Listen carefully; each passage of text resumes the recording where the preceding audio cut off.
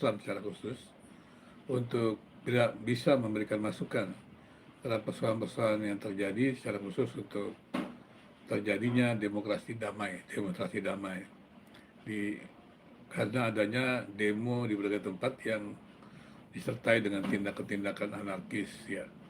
Jadi kemudian Presiden Prabowo mengundang para tokoh agama itu. Di sini ada sesuatu yang menarik sebenarnya untuk agama-agama Indonesia. Agama-agama di Indonesia ini diakui memiliki posisi yang terhormat. Agama apapun yaitu diakui memiliki posisi yang terhormat. Mengapa demikian? Karena dalam perjuangan kemerdekaan Indonesia, agama-agama itu membawa umatnya untuk bersama-sama ya, bersama-sama dengan agama-agama lain juga atau agama yang berbeda yang beragam itu untuk menggerakkan rakyat Indonesia berjuang untuk bisa meraih kemerdekaan.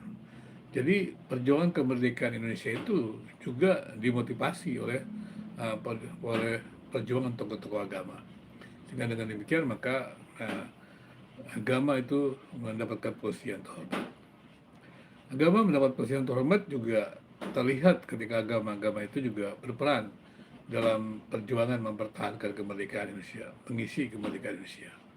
Jadi agama-agama didorong ya bersama dengan umatnya, bersama dengan umat beragama lain juga untuk mengisi kemerdekaan ini. Jadi dengan kesadaran atau keyakinan bahwa agama-agama itu memang telah berkontribusi besar untuk memperjuangkan kemerdekaan Indonesia, demikian juga berkontribusi besar dalam perjuangan mempertahankan Indonesia, maka agama-agama itu menjadi penting di negeri ini.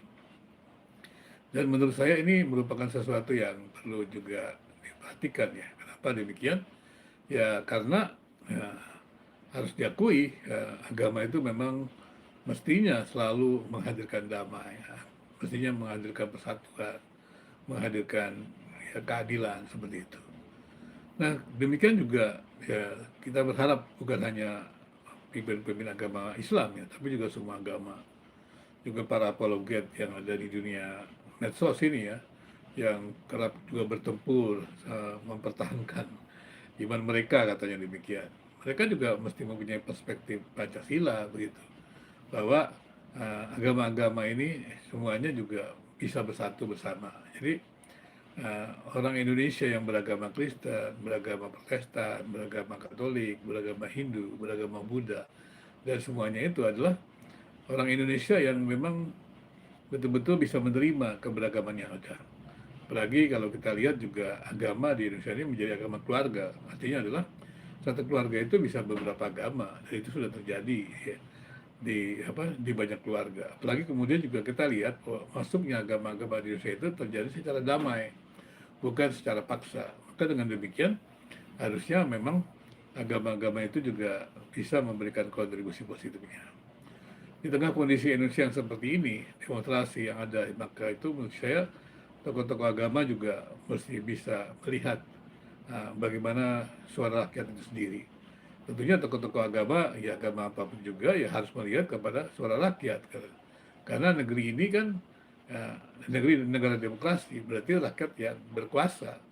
Maka ketika rakyat menyuarakan hati nuraninya, tentunya dengan cara-cara damai sesuai dengan hukum, maka rakyat harus dilindungi dan tidak boleh ada tindakan-tindakan represif, tindakan usaha-usaha menakut-nakuti, tidak boleh. Seperti juga ketika demo ya, di depan anggota DPR ya di rumah rakyat lah gitu di daerah Selipi itu yang kemudian direspon dengan cara tidak baik, itu kan sesuatu yang sebetulnya tidak boleh terjadi. Harusnya yang anggota DPR itu ya meresponnya dengan baik. Demikian juga para tokoh agama juga mesti bisa ya mendorong ya masyarakat menghadirkan demo damai, tapi bukan berarti toleransi dengan tindakan-tindakan tidak benar. Bahkan tokoh-tokoh agama harus berani menegur para wakil rakyat atau mereka yang dieksekutif begitu atau di yudikatif ketika mereka melakukan tindak-tindakan tidak benar. Pada waktu mereka tidak lagi bertindak sebagai pejabat publik yang melayani publik dan rakyat, maka tokoh-tokoh agama harus menegurnya. Jadi pada ruang-ruang mimbar-mimbar agama, tokoh agama mesti berani menegurnya.